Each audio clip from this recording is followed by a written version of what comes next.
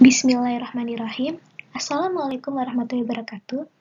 Kepada yang terhormat Ibu Nur Layatul Musyafa'ah, selaku dosen pengampu mata kuliah studi Al-Quran, dan teman-teman sekalian yang berbahagia. Puji syukur kita aturkan kepada Allah Subhanahu wa Ta'ala yang telah melimpahkan rahmat-Nya kepada kita, sehingga kita bisa hadir di kelas mata kuliah studi Al-Quran walau dalam keadaan yang terbatas.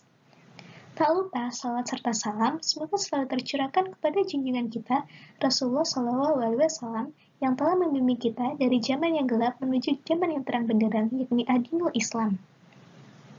Tahukah kalian bahwa qiraat Al-Quran sebenarnya telah muncul sejak masa Rasulullah, walaupun saat itu qiraat bukanlah disiplin ilmu.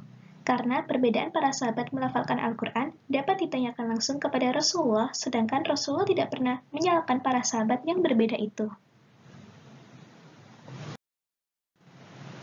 Pada kesempatan kali ini, kami dari kelompok 8 yang beranggotakan Akbar Ganata, Risa Iqbal Palevi, dan saya sendiri Suci Wandari akan sedikit memaparkan materi dengan tema qiraat Al-Quran selama beberapa menit ke depan. Yuk, simak video berikut ini.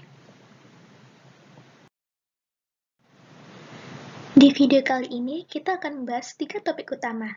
Yang pertama, pengertian qiraat Al-Quran. Yang kedua, latar belakang timbulnya perbedaan qiraat Al-Quran. Dan yang ketiga, urgensi mempelajari qiraat dan pengaruhnya dalam ijaz Al-Quran. Pengertian qiraat Al-Quran.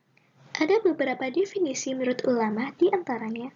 Yang pertama, menurut Ibnu Al-Jazari, qiraat merupakan ilmu yang menyangkut cara-cara pengucapan kata-kata Al-Quran dan perbedaan-perbedaannya dengan cara menisbatkan kepada penukilnya. Yang kedua, menurut Imam Al-Zarkashi, qiraat adalah perbedaan cara mengucapkan lafaz-lafaz Al-Quran, baik menyangkut huruf-hurufnya atau cara pengucapan huruf-huruf tersebut, seperti tahfif meringankan, tasykil memberatkan, dan atau yang lainnya. Dan yang ketiga, menurut Al-Qastalani, mendefinisikan qiraat adalah suatu ilmu yang mengetahui kesepakatan serta perbedaan para ahli qiraat, seperti yang menyangkut aspek kebahasaan, i'rab, isbat, fasl, dan lain-lain yang diperoleh dengan cara periwayatan.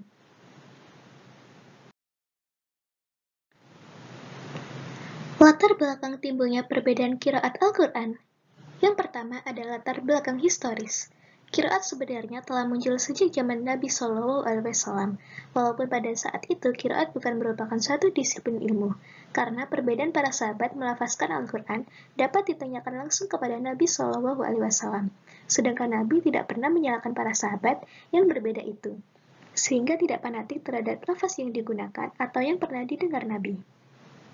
Yang kedua adalah latar belakang cara penyampaian.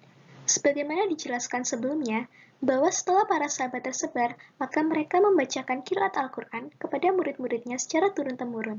Pada akhirnya, murid-murid lebih suka mengemukakan qiraat gurunya daripada mengikuti qiraat imam-imam yang lain. Perbedaan qiraat Al-Quran. A. Perbedaan syakal, harokat, atau huruf. Karena mushaf-mushaf terdahulu tidak menggunakan sakal dan harokat, maka imam-imam qiraat membantu memberikan bentuk-bentuk qiraat. B. Nabi sendiri melantunkan sebagai versi qiraat di depan sahabat-sahabatnya, seperti yang telah disebutkan sebelumnya. C. Adanya pengakuan Nabi, takrir terhadap berbagai versi qiraat para sahabatnya. Dan yang D. Perbedaan qiraat dari para sahabat Nabi menyangkut bacaan ayat-ayat tertentu.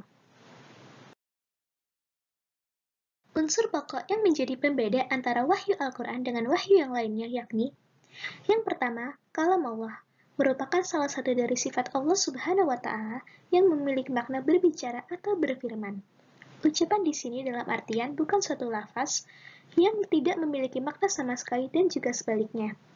Kalam Allah itu diturunkan kepada para utusannya Nabi, misalnya saja Nabi Musa alaihissalam dengan kitabnya Taurat, Nabi Daud alaihissalam dengan kitab Zabur, dan Nabi Isa dengan kitab Injilnya. Dalam membedakan Al-Quran dengan kitab-kitab yang lain, juga diperlukan beberapa unsur lagi. Yang kedua, diturunkan kepada Nabi Muhammad SAW. Dan yang ketiga, dengan perantara malaikat Jibril. Pengertian ijaz Al-Quran. Dari segi bahasa, kata ijaz masdar, dari kata kerja ajaza, yu'jizu, ijaz, yang berarti melemahkan atau memperlemah. Kata ini termasuk fi'il ru'bal majid yang berasal dari fi'il sulatsi muijarot ajaza yang berarti lemah, lawan dari qadarah yang berarti kuat atau mampu. Secara normatif, ijaz adalah ketidakmampuan seseorang melakukan sesuatu yang merupakan lawan dari ketidakberdayaan. Pengertian ijaz menurut ulama. Yang pertama ada Mana Khalil Al-Qattan mendefinisikan bahwa ijaz sebagai menampakkan kebenaran Nabi Shallallahu Alaihi Wasallam dalam pengakuan orang lain sebagai seorang rasul utusan Allah Subhanahu wa Ta'ala dengan menampakkan kelemahan-kelemahan orang Arab untuk menandinginya atau menghadapi mujizat yang abadi, yaitu Al-Quran dan kelemahan-kelemahan generasi-generasi sesudah mereka. Yang kedua, ada Ali Al-Sabuni mengartikan bahwa ijaz sebagai menetapkan kelemahan manusia, baik secara kelompok atau bersama-sama, untuk menandingi hal yang serupa dengannya. Urgensi mempelajari ijaz Al-Quran. Yang pertama, dapat mengetahui bahwa Al-Quran adalah kitab yang paling sempurna, yang tidak ada satupun kitab yang bisa menandingi Al-Quran, baik dari aspek bahasanya maupun yang lainnya. Bahkan, tidak ada seorang pun yang dapat membuat satu kalimat seindah Al-Quran. Yang kedua, dapat meningkatkan keimanan dan keyakinan kita bahwasannya Al-Quran adalah mujizat yang paling nyata dari Allah Subhanahu wa Ta'ala yang diwahyukan kepada Nabi Muhammad SAW untuk dijadikan pedoman hidup bagi umat manusia. Dan yang terakhir, dapat mengetahui lebih dalam tentang kemujizatan Al-Quran, bahwa Al-Quran adalah kitab yang universal, yakni tidak mengkhususkan pembicaraannya kepada bangsa tertentu seperti kaum muslimin. Urgensi mempelajari qiraat Al-Quran. Yang pertama, dapat menguatkan ketentuan-ketentuan hukum yang telah disepakati para ulama. Yang kedua, dapat mentahrij hukum yang diperselisihkan oleh para ulama. Yang ketiga, dapat menggabungkan dua ketentuan hukum yang berbeda.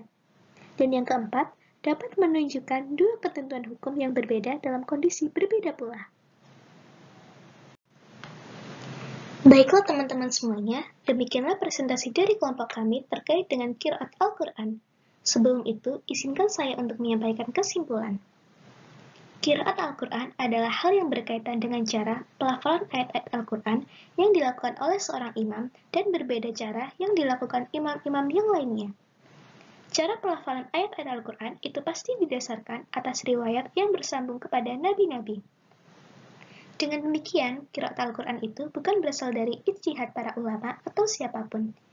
Qiraat itu merupakan sesuatu yang apa adanya diambil dari nabi, sehingga bersifat tauqifi, bukan ijtihadi.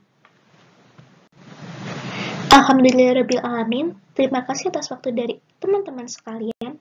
Semoga materi yang kelompok kami sampaikan bisa membawa manfaat kepada kita semua. Akhirul kalam, wassalamualaikum warahmatullahi wabarakatuh.